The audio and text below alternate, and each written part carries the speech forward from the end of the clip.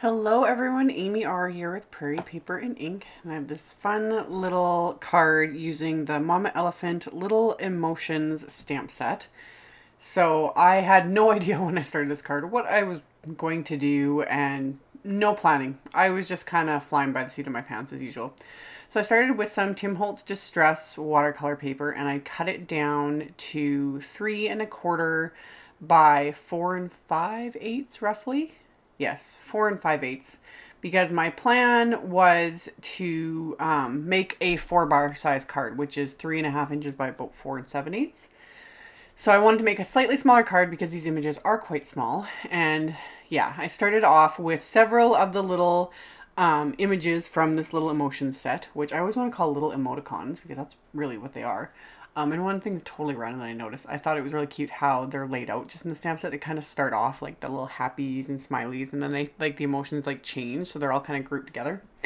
So anyway, I started inking them up. This is Simon Says Stamp Smoke dye ink. And I just wanted to create basically a patterned background. So I was using all these different little smiley faces and everything and just stamping them completely randomly all over this background. No rhyme or reason to any of it. And then I thought with all those open areas to stamp, there's this little tiny heart stamp in there. So same thing, I just kind of stamped it randomly in all different directions all over this background. And I wasn't 100% sure what I was going to do. And then I decided I wanted the hearts to stand out a little bit more.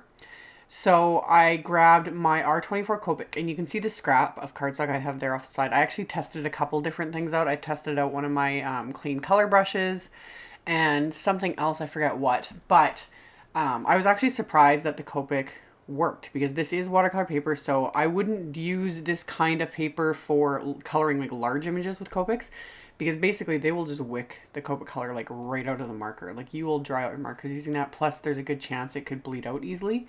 But it worked for this because I just used a really light touch and just, quickly dabbed the color on and didn't do any shading or anything like that. And it worked. So that way the hearts kind of stood out a little bit more. And then I took some Distress ink. I used Weathered Wood and just sponged that all around the edges, and then decided I wanted to add some splatter. I was just going all over the place with this card. So I mushed my black soot Distress ink onto an acrylic block and then sprayed a bit of water on it and then mixed that up with my paintbrush. And then I just flicked the paintbrush against the acrylic block to just create a splatter, and it kind of controls the splatter a little bit more. But I did find out afterwards that I ended up getting some of the splatter on that second piece of Distress watercolor paper that I cut in the beginning, but I'll show how I fixed that in the end. So I have a scrap of that same watercolor paper. So I stamped the little heart eyes emoticon on there, and there's a little body stamp, which is so cute. So I stamped that below to create my little character. And then I did the same thing. Since it worked with the hearts, I was like, well, I'll just try coloring with a couple other Copic markers. So I grabbed a couple yellows and it worked. I used a really light hand. I tried not to go over the black areas, even though I used the Simon Says Stamp Intense Black ink for this, and it does not react with Copics. But using it on watercolor paper, there might have been an issue, but it still worked. But I did try to kind of avoid the lines and use the light hand and dab the color on more than really use brush strokes, if that makes any sense. And it worked. So I was able to color them in. I just used a couple of yellows, that same red, and then I used a couple of grays to create my ground. And I will have a picture on my blog that shows the colors I used. And then I die cut that with a circle die. And then I also die cut a heart with one of the MFT Stacked Hearts Dynamics with some vellum. And then for my sentiments, I'm going to be using the Small Talk stamp set that I got at the same time as this little Emotions stamp set. Before I get to that, I quickly sponged the edges of that die cut circle with the same Weathered Wood Distress ink. And then I grabbed some red cardstock from my stash, and I just coated that with my anti-static powder tool first, and especially with the embossed powder I'm going to use, that kind of helps keep the embossed powder from sticking to anything but the stamped images. And I had grabbed all 3 sentiments that I planned to use from that set and just stuck them all in the same block and stamped them all at the same time with Simon Says Stamp clear embossing ink. And I'm using Ranger's super fine detail white embossing powder. I thought with these, because they're solid and they have really really thin lines for the sentiments, I wanted the finest detail embossing powder I had, which is this one. So that way you could still see the embossed powder, because I think if I'd used a regular embossing powder, you'd probably not be able to read the sentiment.